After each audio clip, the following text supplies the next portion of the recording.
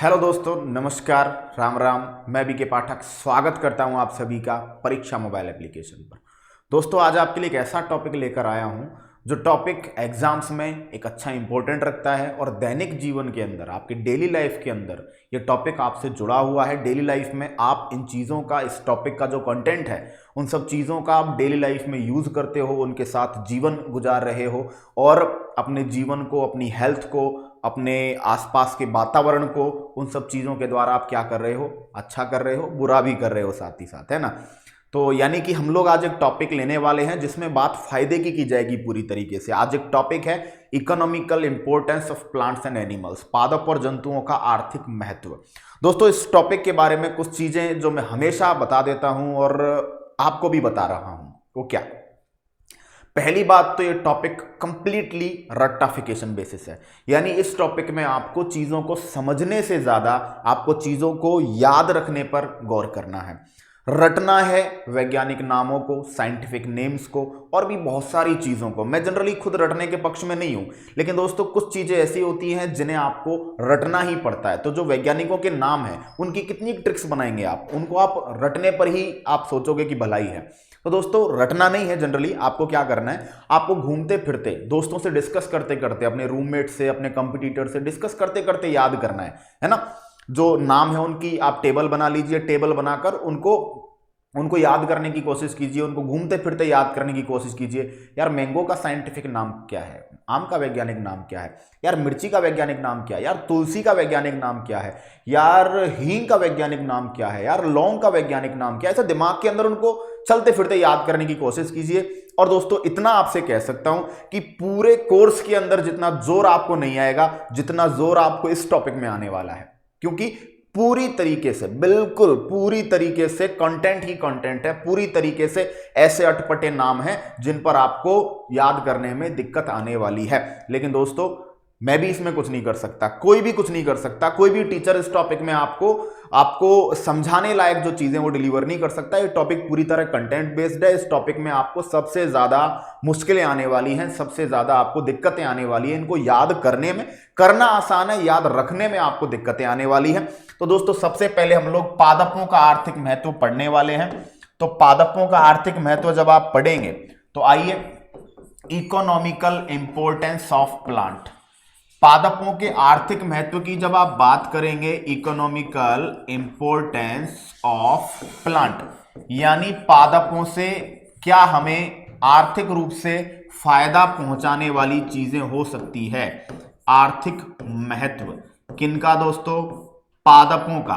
जंतुओं का भी हमें पढ़ना है, पादपों का भी हमें पढ़ना है। अच्छा, एक चीज बताता हूं आपको कि जंतुओं के इंपॉर्टेंस में आपको ज्यादा दिक्कतें नहीं आएंगी। प्लांट्स का जो इंपॉर्टेंस है उसमें क्या है, साइंटिफिक नेम बहुत सारे हैं। लेकिन एनिमल्स की जब आप बात करेंगे तो एनिमल्स में आपको रेशम कीट पालन, सेरीकल्चर पढ़ना है, मधुमक्खी पालन आपका पिसीकल्चर पढ़ना है, और साथ में साथ आपको कुछ छोटे मोटे अदर कंसेप्ट है जिनके बारे में बात करनी है। तो वहां पर हम लोग कीट जो है, जो इंसेक्ट है, उनका लाइफ साइकिल पढ़ेंगे।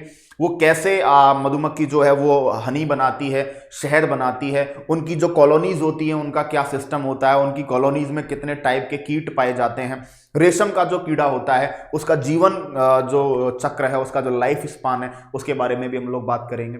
तो वहां पर मैं आपकी हेल्प कर पाऊंगा, आपको समझा पाऊंगा, आपको चीजों को आपके दिमाग में बिठा पाऊंगा। बट जब हम बात प्लांट किंगडम की करते हैं तो यहां पर क्या है, साइंटिफिक नेम, वैज्ञानिक नाम बहुत ज्यादा हैं। क्योंकि पादपों की अगर आप बात करेंगे तो मैं आपको टोटल 11 कैटेगरीज प्लांट्स की पढ़ाने वाला हूं। आर्थिक महत्व के पादप में सबसे पहले बात करेंगे वे पादप जो आपको क्या प्रोवाइड करते हैं, बताइए, अनाज। वे पादप जो आपको क्या प्रोवाइड करते हैं, बताइए, अनाज प्रोवाइड करते हैं, बोला जाता है सीरियल्स। अनाज प्रोवाइड करते हैं, ग्रेन प्रोवाइड करते हैं। वे पादप दोस्तों जो आपको, जिनको तिलहन कहते हैं, जिनसे आपको तेल प्राप्त होता है, इनको ऑयल सीड बोला जाता है। ठीक है। तीसरी जो कैटेगरी आपकी रहेगी वो रहेगी दोस्तों दलहन। दलहन वे पादप जिनसे आपको दालें प्राप्त होती है, पल्सेस। चौथी कैटेगरी जो हम लोग पढ़ेंगे वो पढ़ेंगे रेशे। वे पादप जिनसे आपको क्या प्राप्त होते हैं दोस्तों, फाइबर प्राप्त होते हैं। पांचवी कैटेगरी वे पदार्थ जिनसे आपको पीने योग्य पदार्थ प्राप्त होते हैं, पेय पदार्थ प्राप्त होते हैं, ऐसे पादप जिनसे आपको ड्रिंक्स प्राप्त होती हैं। जैसे कि कॉफी है, चाय है, इस तरह से। क्लियर। वे पादप जिनका कोई औषधीय महत्व है, औषधीय महत्व के पादप, प्लांट्स ऑफ मेडिकल यूज, ठीक है, ऐसे पादप जिनका कोई मेडिकल इंपॉर्टेंस है, ऐसे पादपों को हम लोग क्या कहते हैं, उनको औषधीय महत्व के पादपों के अंदर पढ़ेंगे। 7वीं कैटेगरी में हम रखेंगे दोस्तों, अनाज हो गया, तिलहन हो गया, दलहन हो गया, रेशे हो गए, पेय पदार्थ हो गए, औषधीय आपके पादप हो गए, शर्करा प्रोवाइड करने वाले पादप, ऐसे पादप जिनसे हमें क्या प्राप्त होती है, शुगर प्राप्त होती है, ऐसे पादप जिनसे हमें काष्ठ यानी कि लकड़ी प्राप्त होती है, ऐसे पादप जिनसे हमें क्या प्राप्त होती है, वुड प्राप्त होती है, लकड़ी प्राप्त होती है, उन्हें काष्ठीय पादपों की एक लिस्ट आपको पढ़नी पड़ेगी। 9 में आप पढ़ोगे दोस्तों फ्रूट्स, ऐसे पादप जिनसे आपको क्या प्राप्त होते हैं, फल प्राप्त होते हैं। 10 में आप पढ़ोगे दोस्तों सब्जियां, ऐसे पादप जिनसे आपको वेजिटेबल्स प्राप्त होती है। और जो 11वीं कैटेगरी है वो दोस्तों आप पढ़ेंगे ऐसे पादप जिनसे आपको मसाले प्राप्त होते हैं, ऐसे पादप जिनसे आपको स्पाइसेस मिलते हैं। तो ले देकर बात एक है, मैं इस टॉपिक में आपको डरा नहीं रहा हूं, लेकिन क्लियर कट आपको एक बात बोल रहा हूं कि कंटेंट भर भर कर है भाई साहब। इस टॉपिक में आपको इतना पढ़ने को मिलने वाला है जिसकी कोई सीमा नहीं है। और दोस्तों एक ही चीज पे मैं हमेशा टिका हूं कि कंटेंट मेरा ऐसा होगा कि वो पढ़ने के बाद क्वेश्चन आपका बाहर नहीं जा सकता, और अगर क्वेश्चन बाहर जाएगा तो किसी लड़के की औकात नहीं, जो मेरा स्टूडेंट तो क्वेश्चन को छोड़ के आए और कोई दूसरा स्टूडेंट उसको करके आए, ये किसी की औकात नहीं है। इतना डीप एंड डिटेल कंटेंट आपको प्रोवाइड करा रहा हूं। लोग केवल वैज्ञानिक नाम रटाकर छोड़ते हैं, वैज्ञानिक नाम तो भैया रटने ही हैं, उनका तो कोई इलाज ही नहीं है। लेकिन मैं आपको वैज्ञानिक नाम, साइंटिफिक नेम के साथ साथ आपको बहुत सारी जानकारियां प्रोवाइड कराऊंगा। हां, फलों के अंदर, सब्जियों के अंदर जो फल हैं, सब्जियां हैं, इनमें केवल आपको साइंटिफिक नेम ही याद करने, इनमें आपको कुछ और नहीं पढ़ना। लेकिन दोस्तों जब आप अनाज पढ़ेंगे, जब आप औषधीय महत्व के पादप पढ़ेंगे, प्लांट्स ऑफ मेडिकल यूज, बेटा बहुत इंपॉर्टेंट है उनकी डिटेल्स को पढ़ना। अनाजों की डिटेल्स भी हम लोग प्रॉपरली पढ़ेंगे। जो दालें हैं, जो तिलहन है, जो ऑयल सीड है, जो पल्सेज हैं, उनकी भी डिटेल्स हमें पढ़नी है। लेकिन सब्जियां और फ्रूट्स, वेजिटेबल और फ्रूट, आप उनके केवल क्या याद कर सकते हैं, उनके केवल आप साइंटिफिक नेम याद कर लीजिएगा। इससे ज्यादा आपको किसी चीज की जरूरत नहीं है, क्योंकि एक एक फ्रूट और एक एक सब्जी को पढ़ पाना दोस्तों पॉसिबल नहीं है। तो उनकी लिस्ट आपके पीडीएफ में प्रोवाइड की गई है। एक बार के लिए मैं आपको उन्हें समझा दूंगा, केवल नाम है तो वो आप सीधे याद करने हैं, उसमें कोई हेल्प मेरी तरफ से आपको नहीं मिलेगी। अब हम बात करने वाले सबसे पहले दोस्तों किसके ऊपर बच्चों, अनाजों के ऊपर सबसे पहले बात करने वाले हैं। तो 11 कैटेगरीज में प्लांट्स को बांटा है, हम लोग अपने हिसाब से सेट कर लेंगे कौन सी पहले कौन सी बाद में, पढ़नी तो सारी है। स्पेशली आपके रीड के अंदर भी ये टॉपिक आप देखेंगे, स्टेनोग्राफर में भी ये टॉपिक देख रहे हैं, और एलडीसी एग्जाम में आया ही था, वुमेन सुपरवाइजर में क्वेश्चन मिलेगा आपको। और बहुत अच्छे काम की चीज है, आपको पता चल जाएगा दैनिक जीवन में किस किस पादप से आप क्या प्राप्त कर रहे हो, क्या प्राप्त नहीं कर रहे हो। ठीक है, तो हमारा सबसे पहले जो शुरुआत हम कर रहे हैं दोस्तों, वो किससे कर रहे हैं दोस्तों, अनाजों से शुरुआत कर रहे हैं। अनाज, क्लियर, अनाजों को बोला जाता है सीरियल्स क्रॉप्स, अनाज। क्लियर, बेसिक जानकारी सबसे पहले अनाजों की करते हैं। अनाज जो होते हैं ये अधिकांशतः दोस्तों, अनाज जो होते हैं अधिकांशतः आपके ग्रेमिनी या पोएसी कुल के सदस्य होते हैं। ग्रेमिनी में जनरली आती है घास कुल, तो अनाज जो होते हैं वो जनरली घास कुल के, या फिर एक और कुल है पोएसी, याद रखना। अनाज जो होते हैं वो ग्रेमिनी फैमिली या पोएसी फैमिली के क्या होते हैं, मेंबर होते हैं दोस्तों। अनाज जो होते हैं याद रखिएगा, ये कार्बोहाइड्रेट के मुख्य स्रोत होते हैं, कार्बोहाइड्रेट के मुख्य स्रोत होते हैं। यानी कि अगर आप अनाजों की बात करेंगे तो आपको पता चलेगा कि भाई अनाजों से आपको सबसे ज्यादा क्या मिलने वाला है दोस्तों, कार्बोहाइड्रेट मिलने वाला है। अनाज किन्हें कहते हैं दोस्तों, वे फसल जिन्हें अन्न के रूप में, वे फसल जिन्हें अन्न के रूप में खाया जाता है, अन्न के रूप में खाया जाता है। क्लियर, अन्न के रूप में खाया जाता है, यानी कि आप इन्हें खाद्यान्न फसलें भी कह सकते हैं। क्या बोल सकते हैं बताओ, अनाजों को खाद्यान्न फसलें, खाद्यान्न फसलें ऐसे अनाज जिनको खाया जाता है दैनिक जीवन में, कार्बोहाइड्रेट के सोर्स के रूप में जिनको काम में लिया जाता है, उन्हें क्या कहेंगे दोस्तों, हम लोग उन्हें कहेंगे अनाज। एक खास विशेषता दोस्तों सभी अनाजों की, अनाजों के ऊपर एक परत पाई जाती है, इस परत को दोस्तों एल्यूरोन परत कहते हैं।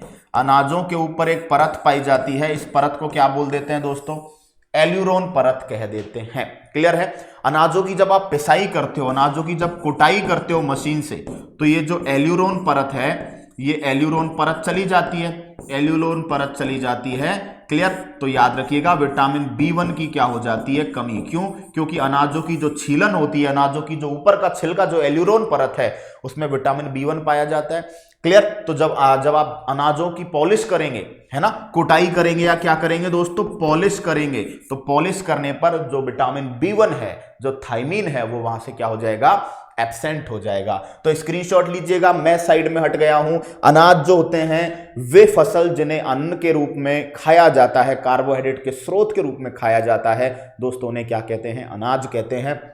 और अनाज अधिकांशतः ग्रैमीनी कुल या पोएसी कुल के सदस्य होते हैं, और ये दोस्तों कार्बोहाइड्रेट के मुख्य स्रोत के रूप में जाने जाते हैं। अब हम एक एक अनाज को पढ़ना चालू करेंगे, और सबसे पहला जो हम पढ़ने वाले हैं दोस्तों, चावल। क्लियर। चावल को बोला जाता है राइस। चावल का जो वैज्ञानिक नाम है वो है दोस्तों ओराइजा सैटाइवा, है ना। ओराइजा में आपको राइस वर्ड देखने को मिल रहा होगा, ओराइजा, ओराइजा, ठीक है। तो ओराइजा सैटाइवा ये आपके चावल का क्या है दोस्तों, वैज्ञानिक नाम है, ठीक है। चावल किसका स्रोत है दोस्तों, आपके स्टार्च और विटामिन बी का। चावल किस किस का स्रोत है बताओ, स्टार्च का अच्छा स्रोत है और विटामिन बी का ये अच्छा स्रोत है। क्लियर। लेकिन मैंने फिर कहा है कि चावल को आप पॉलिश करेंगे, चावल को क्या करेंगे, पॉलिश अगर आप करेंगे तो चावल की जो छीलन होती है, छीलन का मतलब ऊपरी परत, एल्यूरोन परत, उस पर विटामिन B1 पाई जाती है। पॉलिश करेंगे तो दोस्तों विटामिन B1 क्या हो जाएगी, कम हो जाएगी। याद रख लीजिएगा, क्या याद रखेंगे, चावल का वैज्ञानिक नाम ओराइजा सैटाइवा है। चावल विटामिन बी का और स्टार्च का एक बहुत ही अच्छा स्रोत है, ठीक है। चावल को जब पॉलिश किया जाएगा, चावल की जब मशीन से आप कटाई करेंगे, तो दोस्तों चावल की छीलन जो होती है, जिसमें विटामिन B1 पाया जाता है, ये छीलन एक्चुअल में है क्या, ये छीलन जो है वो एल्यूरोन परत है जिसमें विटामिन B1 पाया जाता है। तो जब आप इसको छील देंगे, जब आप उसकी कुटाई कर देंगे, तो विटामिन B1 क्या हो जाएगा दोस्तों, कम हो जाएगा। नेक्स्ट पॉइंट की अगर बात करें तो दोस्तों, जो आपका संयुक्त राष्ट्र संघ है, उसने सन 2004 को संयुक्त राष्ट्र संघ ने, जो यूनाइटेड नेशंस है, संयुक्त राष्ट्र संघ ने सन 2004 को इंटरनेशनल राइस ईयर घोषित किया था। इंटरनेशनल राइस ईयर घोषित किया था। वेरी वेरी इंपॉर्टेंट कि भाई किस सन को यूनाइटेड नेशंस ने इंटरनेशनल राइस ईयर घोषित किया था, तो आप क्या बोलेंगे, चावल को। नेक्स्ट पॉइंट दोस्तों, चावल की एक किस्म है दोस्तों गोल्डन राइस। गोल्डन राइस को क्या बोलते हैं दोस्तों, सुनहरा चावल। बड़े काम की चीज बता रहा हूं, एग्जाम्स में बहुत बार रिपीट हुई है दोस्तों। सुनहरा चावल बायोटेक्नोलॉजी के द्वारा, जैव प्रौद्योगिकी के द्वारा बनाई गई किस्म है, यानी ये प्राकृतिक किस्म नहीं है, ये दोस्तों बनाई गई किस्म है। और मोस्ट इंपोर्टेंट चीज कि इसमें विटामिन बी की जगह विटामिन ए प्रचुर मात्रा में पाया जाता है। यानी आपसे पूछे कि गोल्डन राइस किस विटामिन का स्रोत है, तो दोस्तों आप क्या बोलेंगे, आप बोलेंगे विटामिन ए का स्रोत है। दोस्तों चावल की पहली सुपरफाइन बायोटेक किस्म, सुपरफाइन बायोटेक किस्म, सुपरफाइन का मतलब होता है सुपर यानी ज्यादा, और फाइन का मतलब अच्छी। तो चावल की पहली सुपरफाइन बायोटेक जो किस्म है दोस्तों, इसका नाम है सुगंध या पूसा 1460। सुगंध या क्या नाम है दोस्तों, पूसा 1460। क्लियर। दोनों नाम एक ही चीज के हैं। तो रिपीट करता हूं, आप स्क्रीनशॉट लेते रहिएगा। चावल का वैज्ञानिक नाम है दोस्तों ओराइजा सैटाइवा, ठीक है। चावल जो है आपका ओराइजा सैटाइवा से आपको एक चीज और याद हो जाएगी। क्या याद हो जाएगी दोस्तों, कि चावल के अंदर दोस्तों कौन सी प्रोटीन पाई जाती है, चावल के अंदर ओराइजीन प्रोटीन पाई जाती है। कौन सी प्रोटीन होगी बताओ, ओराइजीन प्रोटीन आपके चावल के अंदर पाई जाएगी। और दोस्तों चावल की जब आप बात कर रहे हैं किसके तौर पर, विटामिन बी और स्टार्च का अच्छा स्रोत है। पॉलिश कर देंगे तो विटामिन B1 आपकी क्या हो जाएगी, चली जाएगी। 2004 का जो सन था उसको संयुक्त राष्ट्र संघ ने दोस्तों इंटरनेशनल राइस ईयर कहा। और गोल्डन राइस सुनहरा चावल, वेरी वेरी इंपॉर्टेंट, बायोटेक्नोलॉजी से बनाई गई चावल की वो किस्म है दोस्तों जिसके अंदर विटामिन ए प्रचुर मात्रा में पाया जा रहा है। और चावल की पहली दोस्तों सुपर फाइन बायोटेक जो किस्म है इसका नाम है दोस्तों सुगंध या पूसा 1460। बोलिए बात समझ में आ गई। चलिए दोस्तों चावल की बात करते हैं तो चावल को आप क्या कहते हैं दोस्तों, धान भी कहते हैं। चावल को क्या कहते हैं दोस्तों, धान कहते हैं। क्लियर। अच्छा दोस्तों वर्ल्ड में सबसे ज्यादा यूज किया जाने वाला, वर्ल्ड में मैक्सिमम यूज किया जाने वाला अनाज है ये, संसार में सबसे ज्यादा प्रयोग में लिया जाने वाला अनाज है, जिसके उत्पादन में पहले स्थान पर चीन और दोस्तों दूसरे स्थान पर हमारा प्यारा देश भारत है।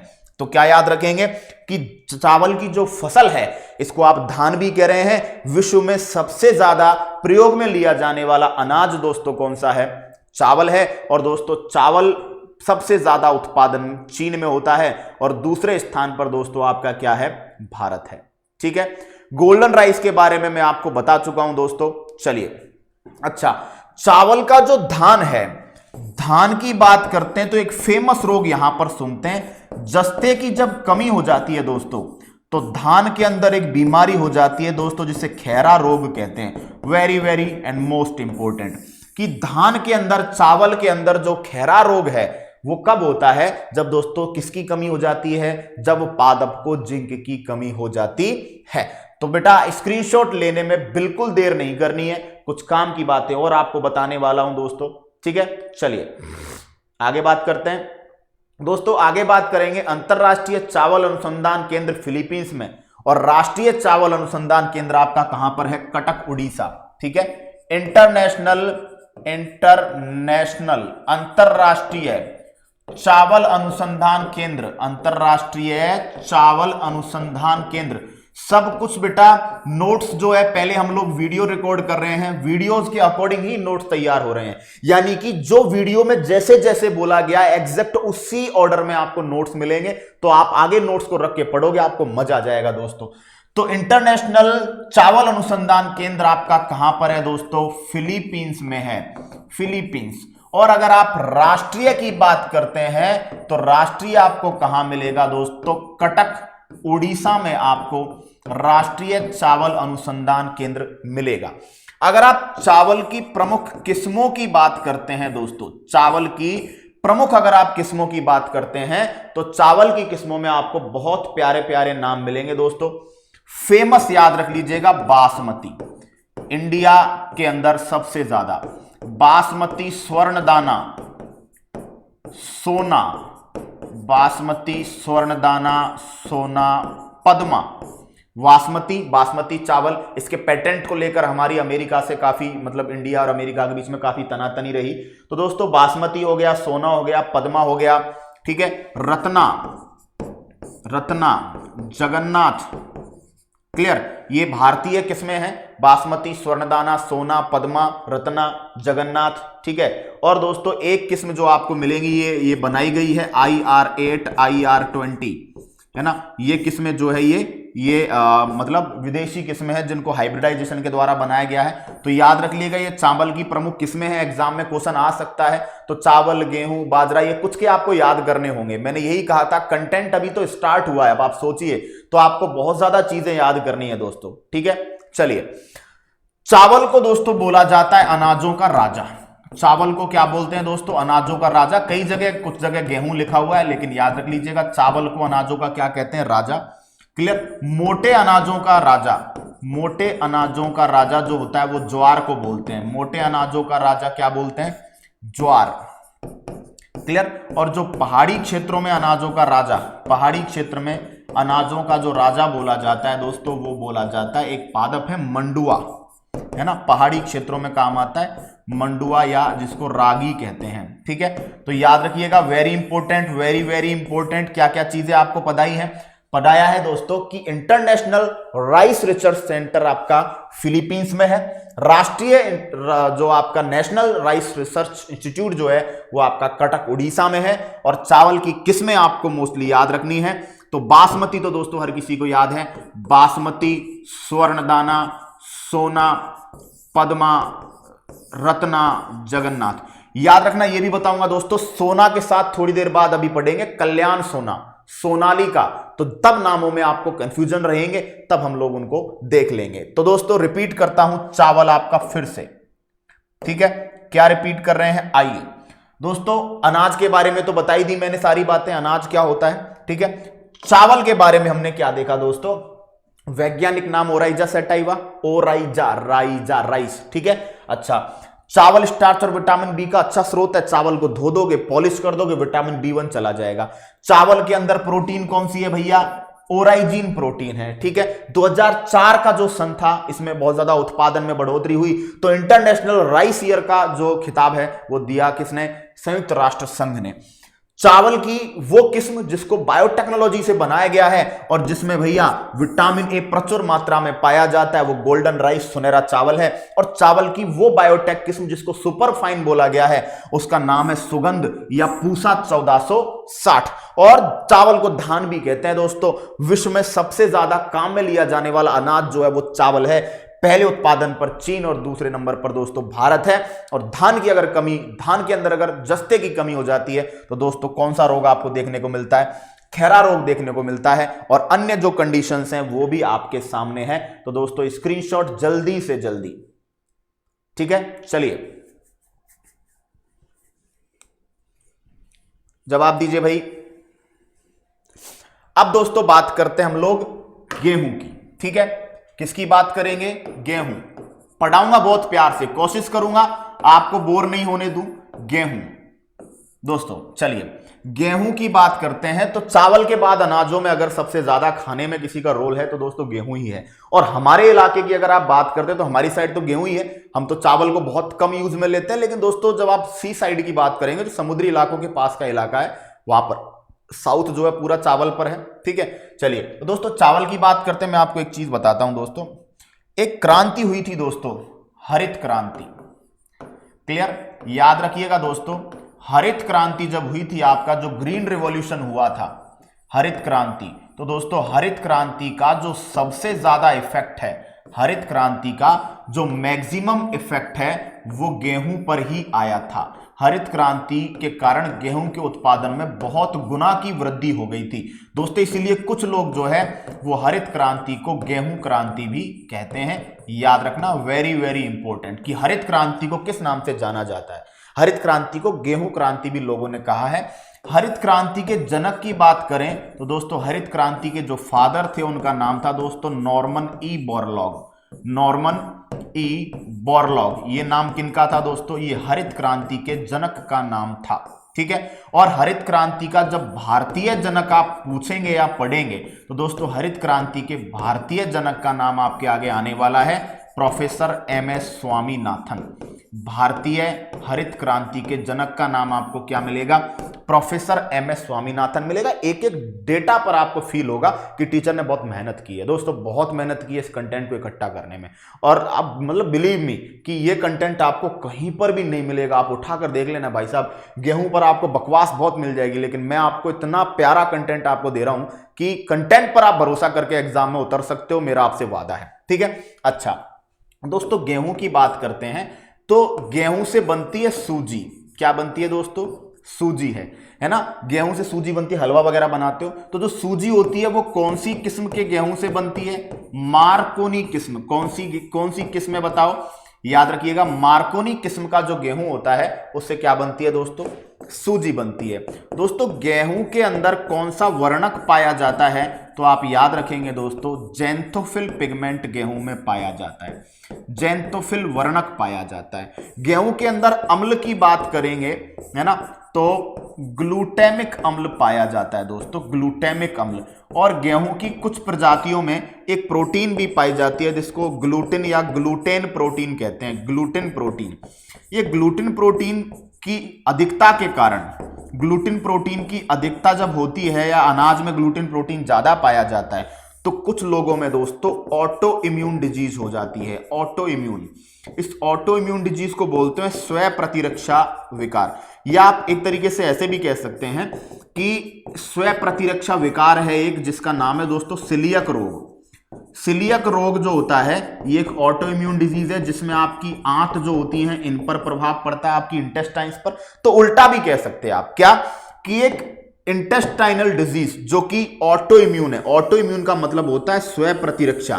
दोस्तों स्वयं प्रतिरक्षा विकार वे होते हैं जो हमारी ही इम्यूनिटी की वजह से हमें प्राप्त होते हैं, यानी हमारा प्रतिरक्षा तंत्र ही हमको जब नुकसान करने लग जाता है तो उसको ऑटो इम्यून डिजीज बोला जाता है। ऑर्थराइटिस, रूमेटॉइड ऑर्थराइटिस है ना, जो आपका गठिया है वो भी एक ऑटो इम्यून डिजीज है। तो दोस्तों ये ऑटो इम्यून डिजीज जब होती है तो इसको सिलियक रोग कहते हैं। और सिलियक रोग में क्या होता है, जो आपकी आंतें हैं ये डैमेज हो जाती है। तो जिन लोगों को सिलियक रोग हो जाता है उन लोगों को ग्लूटेन फ्री खाना खाना पड़ता है, क्योंकि दोस्तों आंतें तो हो गई डैमेज, तो ये ग्लूटेन जो है वो पचाने में हैवी पड़ता है अनाज में। तो ग्लूटेन प्रोटीन अधिक जब होगा तो सिलियक रोग वाले जो पेशेंट है उनको ज्यादा दिक्कतें आएंगी। तो यानी ये कहना ठीक नहीं है कि ग्लूटेन प्रोटीन की अधिकता से सिलियक रोग होता है ना, बजाय इसके कि ये कहना ठीक है कि जिन लोगों को सिलियक डिजीज होती है उन लोगों को ग्लूटेन प्रोटीन की अधिकता वाला खाना नहीं खाना चाहिए। तो ऐसे लोगों के लिए ग्लूटेन फ्री गेहूं मार्केट में मिलता है, ग्लूटेन फ्री अनाज या ग्लूटेन फ्री गेहूं ऐसे लोगों के लिए मिलता है। ऐसी वेराइटीज भी आज जनरेट की गई है और ऐसी मशीनरी भी जनरेट की गई है कि जो गेहूं है उसके अनाज में से ग्लूटेन को फ्री कर दिया जाता है। वही बात आ गई, मीठा खाने से डायबिटीज नहीं होता, लेकिन जिनको डायबिटीज हो जाए, जिनको शुगर हो जाए, उनको मीठा नहीं खाना चाहिए। वही कंडीशन है यहां पर, ठीक है। तो याद रखिएगा गेहूं के अंदर कौन सा पिगमेंट है भाई, जेंथोफिल। गेहूं के अंदर कौन सा अम्ल है दोस्तों, ग्लूटेमिक एसिड है। और गेहूं के अंदर ग्लूटेन प्रोटीन अनाजों में सब में होती है, गेहूं में भी होती है, लेकिन जब ग्लूटेन प्रोटीन की अधिकता हो जाती है तो सिलियक रोग वाले जो पेशेंट्स हैं उनको बहुत समस्याओं का सामना करना पड़ता है। दोस्तों बात समझ में आ गई यहां तक? चलिए आगे बात करते हैं दोस्तों गेहूं की प्रमुख किस्म। 3 किस्म याद करा रहा हूं, जिंदगी आपकी बन जाएगी दोस्तों। 3 किस्म में याद रख लेना। सोनालिका पढ़ाया था अभी थोड़ी देर पहले, बताया था सोनालिका, कल्याण सोना, सोनालिका कल्याण सोना, सोनालिका कल्याण सोना, और बहुत आता है दोस्तों सरबती सोनेरा। ये 3 किस्में गेहूं की प्रमुख किस्मों में से एक है। कौन कौन सी? सोनालिका, कल्याण सोना और सरबती सोनेरा। तो दोस्तों चावल को पढ़ने के बाद हमने गेहूं को पढ़ा, बहुत प्यार से स्टार्ट किया कि हरित क्रांति का भैया सबसे ज्यादा प्रभाव, वैज्ञानिक नाम तो लिखना भूल ही गए है ना, वैज्ञानिक नाम तो लिखना भूल ही गए। तो चलिए गेहूं का वैज्ञानिक नाम सबसे पहले लपेटते हैं भाई। गेहूं का वैज्ञानिक नाम है ट्रिटिकम। अब याद करने में देखो दिक्कत क्यों, क्योंकि कोई ट्रिक नहीं है। ट्रिटिकम एस्टिवम, गेहूं का वैज्ञानिक नाम क्या है बताओ? Triticum aestivum, Triticum aestivum. अब ये याद ही करने पड़ेंगे, ट्रिटिकम एस्टिवम। याद करते करते, घूमते फिरते, दोस्तों से डिस्कस करते करते इनको आपको याद करना होगा। तो scientific name of wheat Triticum aestivum. सूजी आपका मार्कोनी किस्म के गेहूं से बनती है। और हरित क्रांति का भैया सबसे ज्यादा प्रभाव किसके ऊपर आया? गेहूं के ऊपर आया। इसलिए हरित क्रांति को गेहूं की क्रांति भी कहते हैं। हरित क्रांति के जनक का नाम नॉर्मन ई बोरलॉग है और भारतीय जनक का नाम जो है वो आपका क्या होने वाला है? भारतीय जनक का नाम एम एस स्वामीनाथन होगा। ओके, और जो बाकी की जानकारियां हैं वो भी आपको मैंने प्रोवाइड कर दी हैं। ठीक है दोस्तों, आगे चलें हम लोग। चलिए आगे जब हम लोग देखेंगे दोस्तों, तो आगे हम लोग तीसरे नंबर पर पढ़ने वाले हैं मक्का। मक्का को बोला जाता है दोस्तों मेज, और मक्के का जो वैज्ञानिक नाम है वो है जिया मेज। क्या नाम है दोस्तों? जिया मेज।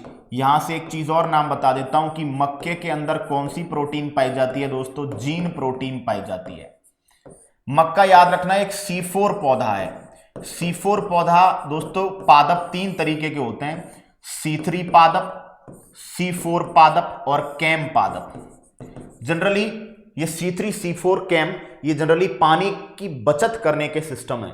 C3 वाले पादप जो होते हैं इनमें पानी की बचत का कोई खास सिस्टम नहीं है। C4 वालों में थोड़ा पानी की बचत का सिस्टम चालू होता है। और कैम पादप, ये कैम पादप तो दोस्तों रेगिस्तानी इलाकों में उगते हैं, जो बहुत ज्यादा पानी की क्या करते हैं? बचत करते हैं, बहुत ज्यादा वाटर का कंजर्वेशन करते हैं। तो जो मक्का है आपका दोस्तों वो कैसा पौधा है? मक्का एक C4 पौधा है। मक्के में कौन सी प्रोटीन पाई जाती है दोस्तों? जीन प्रोटीन पाई जाती है। साथ ही साथ दोस्तों मक्का तीनों ऋतुओं की फसल है, यानी सभी ऋतुओं में पॉसिबल है इसकी बुआई। तीनों ऋतुओं की फसल। क्लियर। जनरली आगे चल के हम लोग जो आपने ज्योग्राफी में भी रबी की फसल, खरीफ की फसल वगैरह वगैरह पढ़ते हैं, तो मक्का जो है दोस्तों तीनों ऋतुओं की फसल है। मक्के के बारे में और जानकारी जब आप प्राप्त करेंगे तो दोस्तों मक्के के अंदर एक अमीनो अम्ल पाया जाता है और उस अमीनो अम्ल का नाम है दोस्तों ट्रिप्टोफैन। मक्के के अंदर कौन सा अमीनो अम्ल पाया जाता है दोस्तों? ट्रिप्टोफैन अमीनो अम्ल पाया जाता है। साथ ही साथ दोस्तों मक्के का जो भुट्टा होता है, भुट्टा, उसके अंदर तो मक्के के दाने लगे रहते हैं, ठीक है, और उसके अंदर से वो धागे धागे से जो निकलते रहते हैं धागे, है ना, वो धागे जो होते हैं वो उसका नर पुष्पक्रम होता है, नर पुष्पक्रम होता है जिसको कि टैसल बोलते हैं, याद रखिएगा। मक्के के भुट्टे में से जो धागे जैसी संरचनाएं निकलती हैं उन्हें टैसल बोला जाता है, उन्हें क्या बोला जाता है? नर पुष्पक्रम बोला जाता है, ठीक है दोस्तों। मक्के को क्या बोला जाता है? अनाजों की रानी। क्या खास बात आई, देखो, अनाजों का राजा बताया चावल, अनाजों की रानी आप किसे कह रहे हैं दोस्तों? मक्के को कह रहे हैं, ठीक है। मक्के की अगर आप बात करते हैं तो ऐसा बोलते हैं कि मक्के की उत्पत्ति कहां से हुई है दोस्तों? मैक्सिको से हुई है। और साथ ही साथ हम ये भी कह रहे हैं कि मक्के से पॉपकॉर्न बनाए जाते हैं। जो पॉपकॉर्न खाने का शौक होता है ना, फिल्मों के अंदर, फिल्मों में जाते हैं देखने के लिए, शादियों में बच्चे खाते रहते हैं पॉपकॉर्न, ठीक है। तो दोस्तों मक्के की बात की जा रही है, साइंटिफिक नेम है जियामेज, ठीक है। अच्छा, इसके बाद दोस्तों प्रोटीन जो पाई जाती है वो जीन पाई जाती है। मक्का C4 पौधा है। प्लांट 3 प्रकार के होते हैं, C3, C4 और कैम पादप, ठीक है। अगर किसी को इनके बारे में पूरी जानकारी करनी है तो दोस्तों मेरा फोटोसिंथेसिस का जो टॉपिक है यूट्यूब पर और आपके ऐप पर भी, लेकिन स्टेनोग्राफर के कोर्स में तो नहीं है, जो कंप्लीट साइंस कोर्स है उसके अंदर, या फिर आप यूट्यूब पर देखेंगे तो प्रकाश संश्लेषण जब टॉपिक मेरा आप पढ़ेंगे तो वहां पर आपको C3, C4, कैम, ये तीनों पादपों की जानकारी मिलेगी। मक्के के अंदर एक अमीनो अम्ल है जिसका नाम है भैया ट्रिप्टोफैन। मक्के के भुट्टे में, मक्के का जो भुट्टा खाते हैं उसके अंदर जो फिलामेंट्स निकलते हैं, धागे, वो धागे उसका नर पुष्पक्रम है जिन्हें टैसल कहते हैं। मक्के को अनाजों की रानी कहते हैं, वेरी वेरी इंपॉर्टेंट। मक्के की उत्पत्ति भैया मैक्सिको से हुई है और मक्के का क्या बनाया जाता है दोस्तों? पॉपकॉर्न बनाया जाता है। अब बात करने वाले हैं दोस्तों मक्के की जो प्रमुख किस्म है वो कौन कौन सी हैं, उनके नाम हमें यहां से देखने हैं, ठीक है। तो दोस्तों सोना, अंबा, जवाहर, विजया, है ना, बिल्कुल बिल्कुल, सोना हो गया, हाँ, अंबा हो गया, गंगा, जवाहर, विजया, रतन, रत्ना अलग आई थी, ये रतन है, शक्ति। क्लियर। चलिए लीजिए भाई स्क्रीनशॉट, सोना, अंबा, जवाहर, विजया, रतन, शक्ति। अब आप कहेंगे सर कितनी किस्में याद करें, पागल हो जाएंगे। तो आपको बस 2-4 पादपों में याद करनी है, आगे याद नहीं कराऊंगा हर जगह, है ना। केवल अनाजों को बहुत ढंग से पढ़ना है हमें, अनाजों को, दलहन फसलों को, तिलहन को यानी पल्सेस को, दालों को, और जो ऑयल सीड्स हैं तिलहनों को, उनको, और साथ ही साथ औषधीय महत्व के पादप, इन चारों को तो बिल्कुल रट लेना है। इसके बाद सब्जियां हो गई, फ्रूट्स हो गई, है ना, रेशे प्रदान करने वाले पादप हो गए, लकड़ी प्रदान करने वाले पादप हो गए, उनमें ज्यादा जोर हमें नहीं आएगा। तो स्क्रीनशॉट लीजिए, आगे बढ़ते हैं दोस्तों, है ना। यहां पर ज्यादातर चीजें क्या है दोस्तों, आपके याद करने की ही हैं, ठीक है, जिनको बार बार आपको क्या करना है दोस्तों, रिपीट करना है। चौथा दोस्तों हम लोग पढ़ रहे हैं बाजरा। बाजरे को दोस्तों क्या बोला जाता है? पर्ल मिलेट, पर्ल मिलेट, ठीक है। बाजरे का जो वैज्ञानिक नाम आप देखेंगे दोस्तों, पेनिसिटम अमेरिकैनम, पेनिसिटम अमेरिकैनम, ये आपके बाजरे का वैज्ञानिक नाम है दोस्तों। बाजरे की अगर आप बात करते हैं तो खास बात यह है, सर्वाधिक शुष्क, सर्वाधिक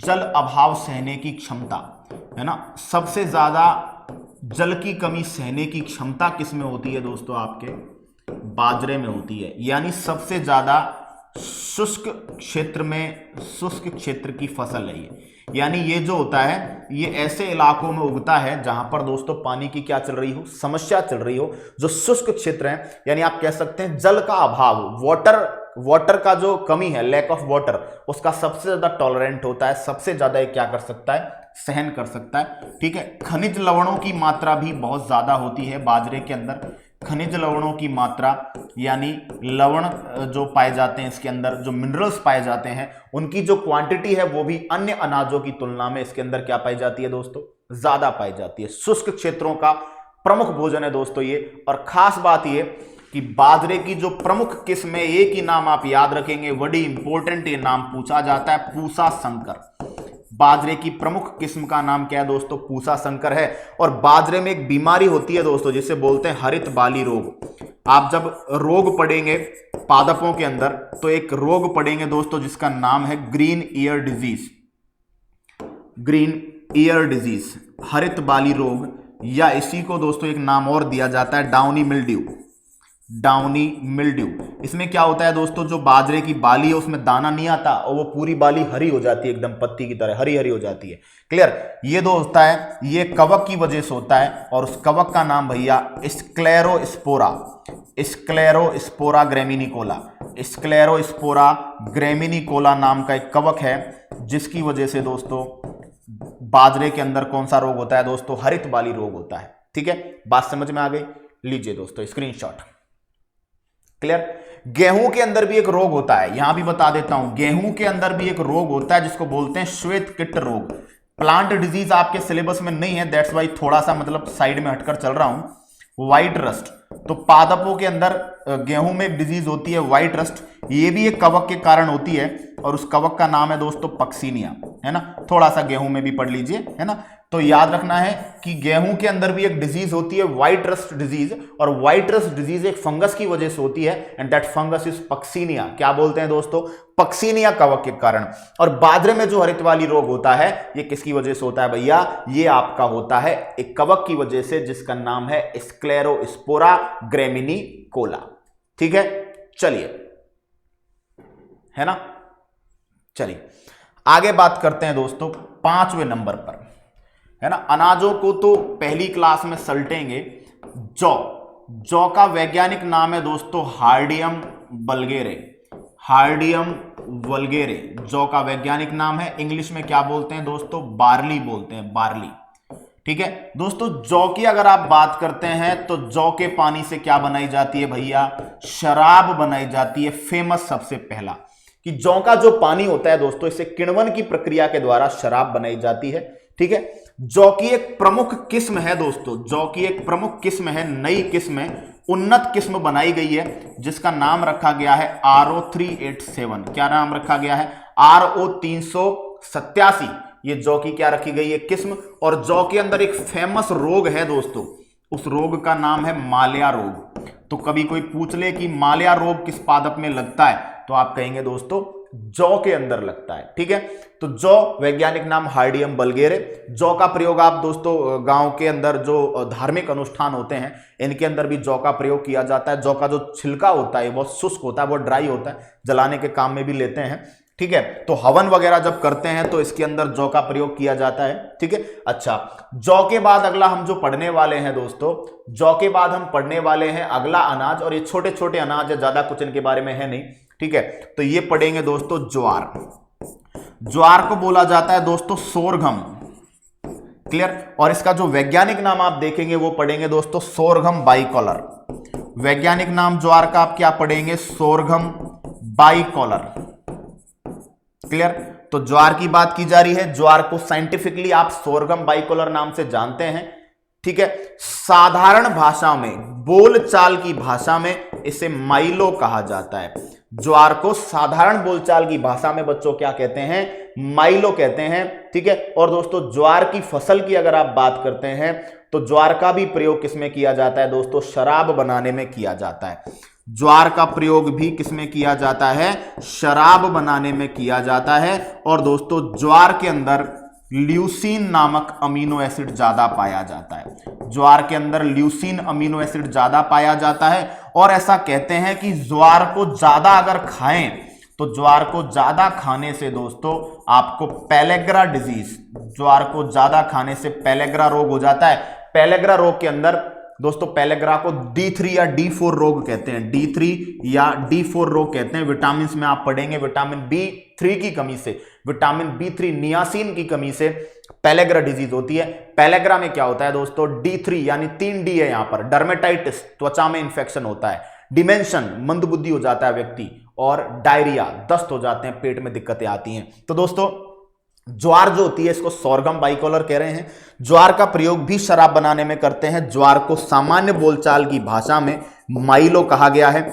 और दोस्तों ज्वार जो होता है इसके अंदर ल्यूसीन नाम का एक अमीनो एसिड पाया जाता है। जब ज्यादा खाते हैं ज्वार को तो आपको पेलेग्रा डिजीज वगैरह हो जाती है। दोस्तों ज्वार जब कम उम्र का पादप होता है ना, ज्वार का जब कम उम्र का पादप होता है तो इसके अंदर दोस्तों एक अम्ल पाया जाता है जहरीला, और उसका नाम है हाइड्रोजन साइनाइड या हाइड्रोसाइनिक अम्ल। दोस्तों ये हाइड्रोसाइनिक अम्ल जहरीला होता है, इसीलिए दोस्तों जो ज्वार होती है इसको बकरियां वगैरह नहीं खाती है ना, बकरियां वगैरह इसे नहीं खाती। जब आप देखेंगे छोटे जो जानवर होते हैं जो जनरली फसलों को खाते हैं तो वो आपके जो है वो किसको खाते हुए नहीं दिखेंगे आपको, वो आपको ज्वार को खाते हुए नहीं दिखेंगे। ज्वार के पादप को वो लोग भोजन के रूप में काम में नहीं लेते। ठीक है, चलिए बोली बात समझ में आ गई, क्लियर हुआ। तो दोस्तों हमने पांचवा अनाज पढ़ा जौ, वैज्ञानिक नाम हार्डियम बल्गेरे। जौ से शराब बनाई जाती है, और जौ जो होती है इसकी जो एक उन्नत किस्म है वो है आपकी R0387, और जो रोग है इसके अंदर मालिया रोग है।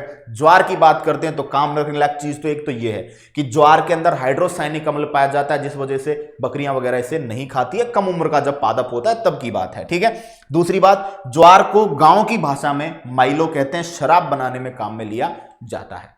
ओके, तो अनाजों को हम लोग खत्म करने वाले हैं।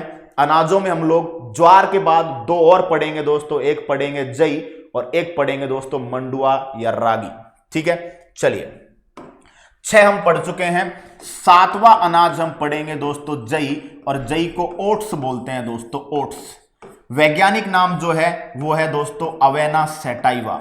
अवेना सैटाइवा की आप बात करेंगे तो दोस्तों बहुत अच्छी अच्छी चीजें इसके बारे में बोली जाती है। जो जिम वगैरह करते हैं लोग है ना, जो हेल्थ कॉन्शियस होते हैं वो ओट्स खाते हैं।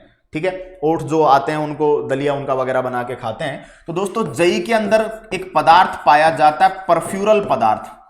जई के अंदर परफ्यूरल पदार्थ पाए जाते हैं, और ये परफ्यूरल पदार्थ फैट कटर का काम करते हैं, फैट को काटने का काम करते हैं।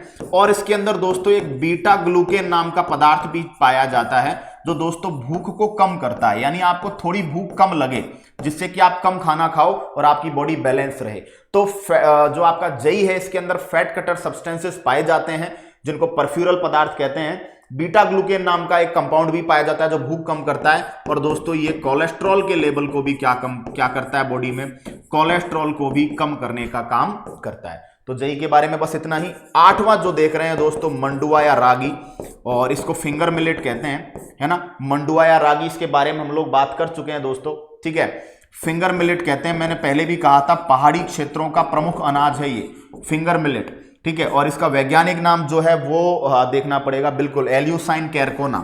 ये मुझे भी देखने पड़ते हैं, मुझे भी याद नहीं है, लेकिन मैं तो याद करूं भी क्यों, मुझे तो केवल आप तक पहुंचाने हैं, है भाई, है ना। ये इंग्लिश हिंदी में सेम होते हैं, इसलिए मैं इंग्लिश स्पेलिंग वगैरह नहीं लिख रहा हूं। वो आपको जो पीडीएफ्स मिलेंगी बाइलिंगुअल हिंदी एंड इंग्लिश दोनों में, वहां से आप इसे इजीली समझ पाएंगे। फिंगर मिलेट की बात करते हैं दोस्तों। पहली बात तो मधुमेह के इलाज में, जो आपका डायबिटीज है, डायबिटीज के ट्रीटमेंट में इसका प्रयोग किया जाता है। ठीक है, मधुमेह के इलाज की बात करते हैं। पहाड़ी क्षेत्रों का प्रमुख भोजन है ये, पहाड़ी क्षेत्रों का क्या है दोस्तों, प्रमुख अनाज है। और आपको जानते हैं कि पहाड़ी क्षेत्रों में से क्या कहा गया है, अनाजों का राजा कहा गया है। और दोस्तों मंडुआ का प्रयोग केक या फिर पुडिंग बनाने में किया जाता है। पुडिंग एक मिठाई है, जापान में, नाम सुना होगा दोस्तों, थॉमसन का प्लम पुडिंग मॉडल पढ़ा था, तब बताया था आपको कि ये मिठाई है जिसकी उत्पत्ति जापान से हुई है। तो मंडुआ का उपयोग किसमें किया जाता है दोस्तों, केक या पुडिंग बनाने में किया जाता है। तो दोस्तों जो हमने 7-8 नाम पढ़े हैं, जो हमने वीट पढ़ा है दोस्तों, गेहूं पढ़ा, हम लोगों ने बाजरा पढ़ा, हम लोगों ने दोस्तों ज्वार पढ़ा, आपके सोरगम, हम लोगों ने जौ पढ़ी, आपकी बार्ली, हम लोगों ने जई पढ़ा, ओट्स, हम लोगों ने मंडुआ पढ़ा, फिंगर मिलेट, हम लोगों ने बाजरा पढ़ा, पर्ल मिलेट, और हम लोगों ने आपका चावल पढ़ा, राइस। ये सब हमने पढ़े दोस्तों। ये मुख्य अनाज है ना, मुख्य अनाज। लेकिन दोस्तों जो सिंघाड़ा है, सिंघाड़ा जो होता है आपका, सिंघाड़े से एक अनाज प्राप्त हो, जैसे कूटू का अनाज कहते हैं, कूटू जो व्रत वगैरह रहते हैं या फिर जो लोग शाकाहार खाना खाते हैं, है ना, वो अनाज वगैरह नहीं खाते, तो कूटू का आटा जो होता है सिंघाड़े से बनता है, वो यहां पर किया जाता है। और मखाना, तो सिंगाड़े का आटा जिसको कूटू का आटा कहते हैं और मखाना, इनको दोस्तों कूट अनाज कहते हैं, इनको स्यूडो सीरियल बोला जाता है, कूट अनाज है ना, यानी ये मुख्य अनाज नहीं माने जाते, इनको कूट अनाज बोला जाता है। तो जो लोग मतलब धार्मिक अनुष्ठान वगैरह करते हैं, वो लोग जो अनाज को त्याग देते हैं, वो लोग कूटू का मखाने का जो आटा होता है इनको खाने के रूप में काम में लेते हैं। तो अभी तक की क्लास में हम लोगों ने जो अनाज हैं, जो सीरियल्स हैं, जो आपके खाद्यान्न फसलें हैं, उनको पूरा पढ़ा है। पता आपको चल गया होगा कि ये टॉपिक किस लेवल का है। टॉपिक तो बिल्कुल पता चल गया होगा, ये भी पता चल गया होगा दोस्तों कि मैं किस लेवल का कंटेंट डिलीवर कर रहा हूं और इस कंटेंट को बनाने में मेहनत मैंने कितनी होगी, ये भी आपको जरूर पता चला होगा। तो दोस्तों स्क्रीनशॉट लीजिए ताकि हम लोग हमारी जो यात्रा है इसको आगे बढ़ाएं।